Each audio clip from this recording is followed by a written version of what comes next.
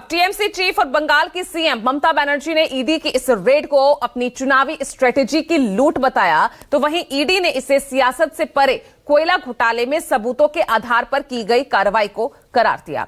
अब उसके बाद से टीएमसी कोलकाता से लेकर दिल्ली तक आक्रामक दिख रही है। दिल्ली में टीएमसी के 8 सांसदों ने गृह मंत्रालय के बाहर प्रदर्शन किया और ईडी की कार्रवाई को लेकर गृह मंत्री अमित शाह के खिलाफ जमकर नारेबाजी की।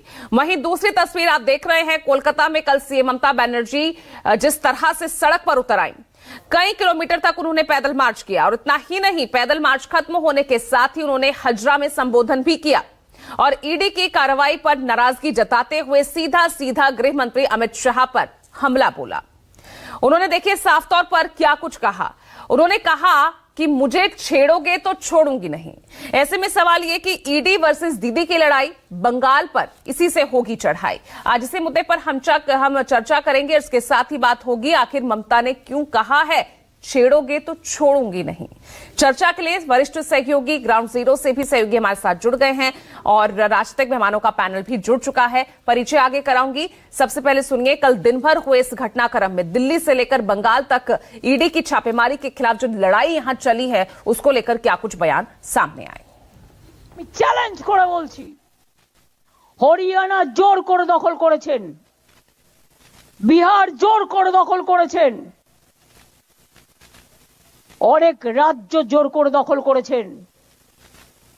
এখন ভাবছেন বাংলা দখল করবেন জোর করে। নামটা শুনলেই বাংলা করে দিচ্ছে হামলা। বলছে কয়লার টাকা কে খায়? অমিত শাহ খায়, হোম মিনিস্টার। কি করে খায়? গদ্দারের থ্রুতে টাকা যায়। उनका आचरण नहीं अमर्यादित, असंवैधानिक, शर्मनाक है, लेकिन लोकतांत्रिक मर्यादाओं का उन्होंने तार तार कर। एनफोर्समेंट डायरेक्टरेट बीजेपी का इलेक्शन डिपार्टमेंट है। जहां पर भी चुनाव आता है बीजेपी का इलेक्शन डिपार्टमेंट वहां पर जाकर विपक्ष को डराने, धमकाने, उनके खिलाफ कार्रवाई करने का काम करता है।